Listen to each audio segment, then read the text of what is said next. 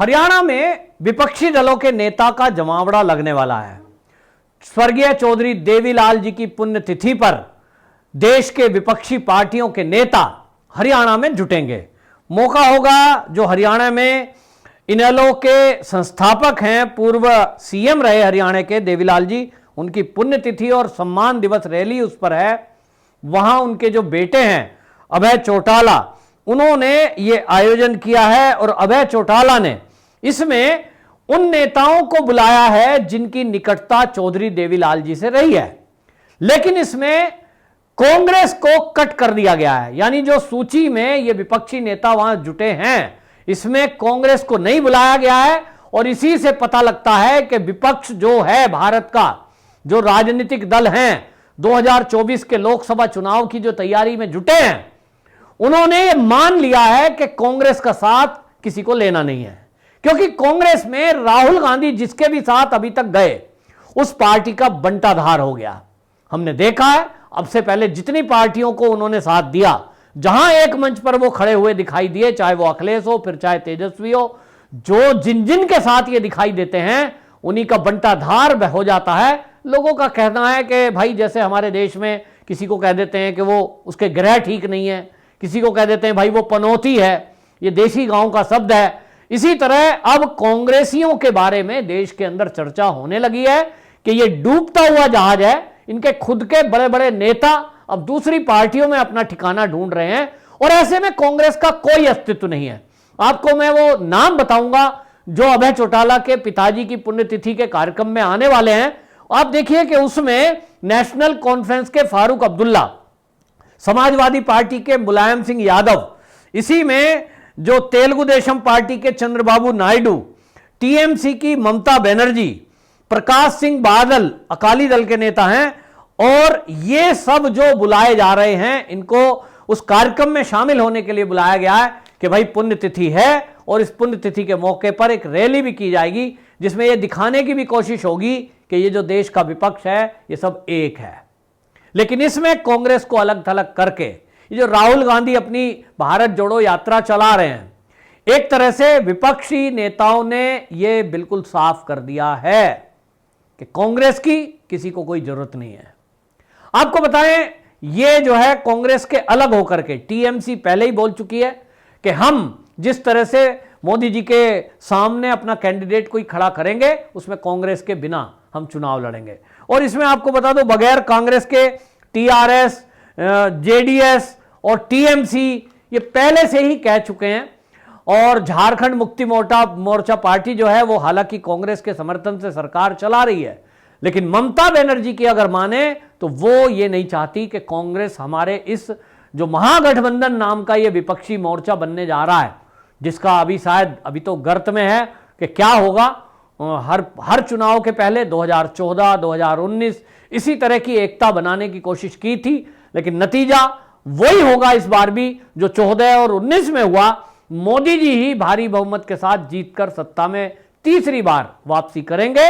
ये विपक्षी फिर भी एक होने की कोशिश करते हैं, लेकिन कांग्रेस का इससे बड़ा अपमान कुछ नहीं होगा कि देश की सबसे पुरानी पार्टी आज उसको कोई पूछ नहीं रहा है।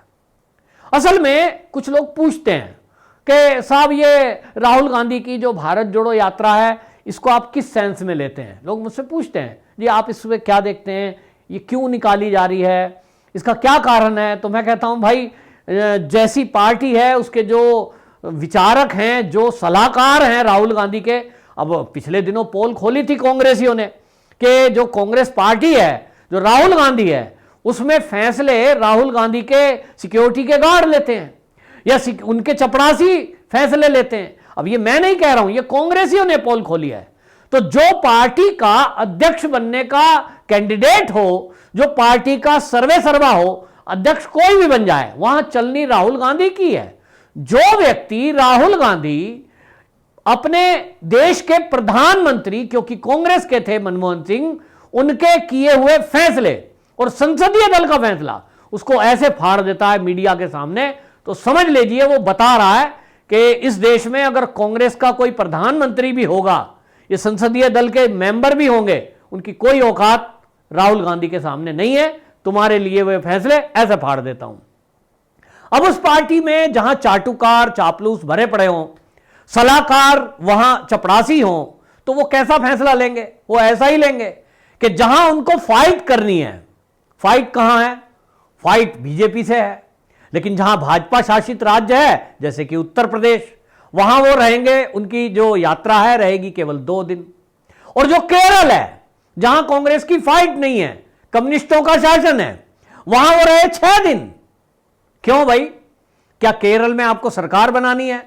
2024 के लोकसभा चुनाव में आपको वहां कुछ ज्यादा करना है?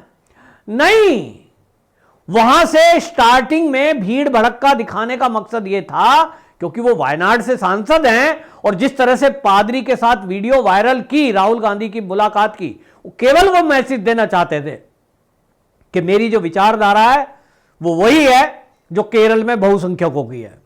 मैं तो इन्हीं का हूं, मैं तो तिलक लगा लेता हूं, जनेऊ लगा लेता हूं, गंगा स्नान करता हूं, वो तो चुनावी मेरा एक मेकअप है। मैं रियल में वो नहीं हूं जो मैं चुनाव में बोलता हूं कि मेरा तो गोत्रीय है, मैं तो ब्राह्मण हूं, जनेऊधारी ब्राह्मण हूं। नहीं, ये तो स्क्रिप्ट लिख के दी जाती है। असलियत में तो मैं यही हूं जो मेरा रूप केरल में देखने को मिला। और इसलिए आप देखेंगे राहुल गांधी की जो यात्रा है, अगर उसका आप रूट देखेंगे, रोड मैप देखेंगे, तो आपको समझ में आएगा कि वो ना वहां जाएंगे जहां केजरीवाल फाइट कर रहे हैं, जैसे कि गुजरात, वहां वो जाएंगे ही नहीं, क्योंकि उनको शायद अंदर अंदर एक समझौता उन्होंने केजरीवाल से किया है कि आप अपनी जगह बनाए रखिए, जो कांग्रेस के लोग जाकर दूसरी पार्टी ज्वाइन करने की इच्छा रखते हो उनको आप अपने आप में संभाल लीजिए। और ये चल रहा है। फ्रेंडली मैच हमने दिल्ली में देखा और अभी ये गुजरात में देखने को मिल रहा है कि कांग्रेस संगठन वहां खत्म जैसा है, लेकिन किसी को, राहुल गांधी को कम से कम, या सोनिया गांधी को उसकी चिंता नहीं है। वहां वो अपनी उस जो भारत यात्रा है, भारत जोड़ो यात्रा, वहां उधर को रुख ही नहीं करेंगे। क्यों भाई?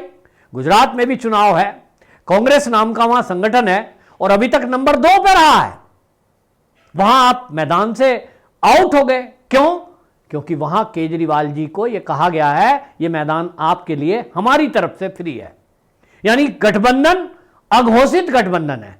और इसीलिए जो लोग, ये विपक्षी पार्टी के लोग, चाहे वो टीएमसी हो, फिर चाहे वो नीतीश कुमार हो, फिर चाहे वो शरद पवार हो, चाहे वो फिर अकाली दल के नेता हो, जो ये कह रहे हैं कि कांग्रेस से बिना हम एक महागठबंधन बनाएंगे जो मोदी जी से फाइट करेगा 2024 के चुनाव में, उनकी विचारधारा यही है, क्योंकि वो समझ रहे हैं कि कांग्रेस ने शायद तय कर दिया है कि वो केजरीवाल जी की आम आदमी पार्टी को ही स्थापित करेगी।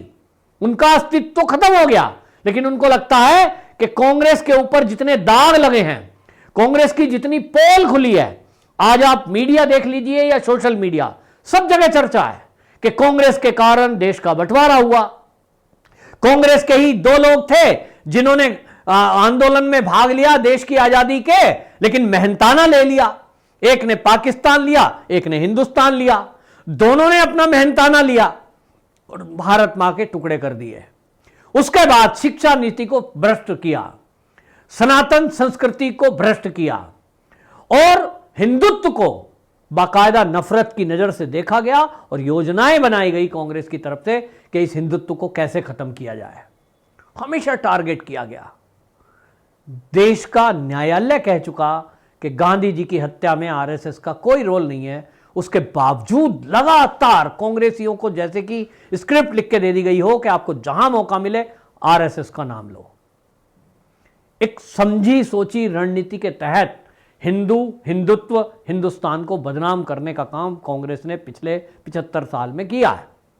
आपने देखा कि सेना को बदनाम करेंगे, आपने देखा कि वो किस तरह से हिंदुओं को बदनाम करने के लिए हिंदू आतंकवाद नाम का शब्द लेंगे, किस तरह की षड्यंत्र होगा कि पाकिस्तान के आए हुए आतंकवादियों को वो सुरक्षित देश में जाने देते हैं, लेकिन देश के संत समाज में साधुओं को पकड़ पकड़ के जेल में डाल देते हैं, आर्मी के लोगों को जेल में डाल देते हैं और उनके ऊपर ठप्पा लगाते हैं कि ये आतंकवादी है।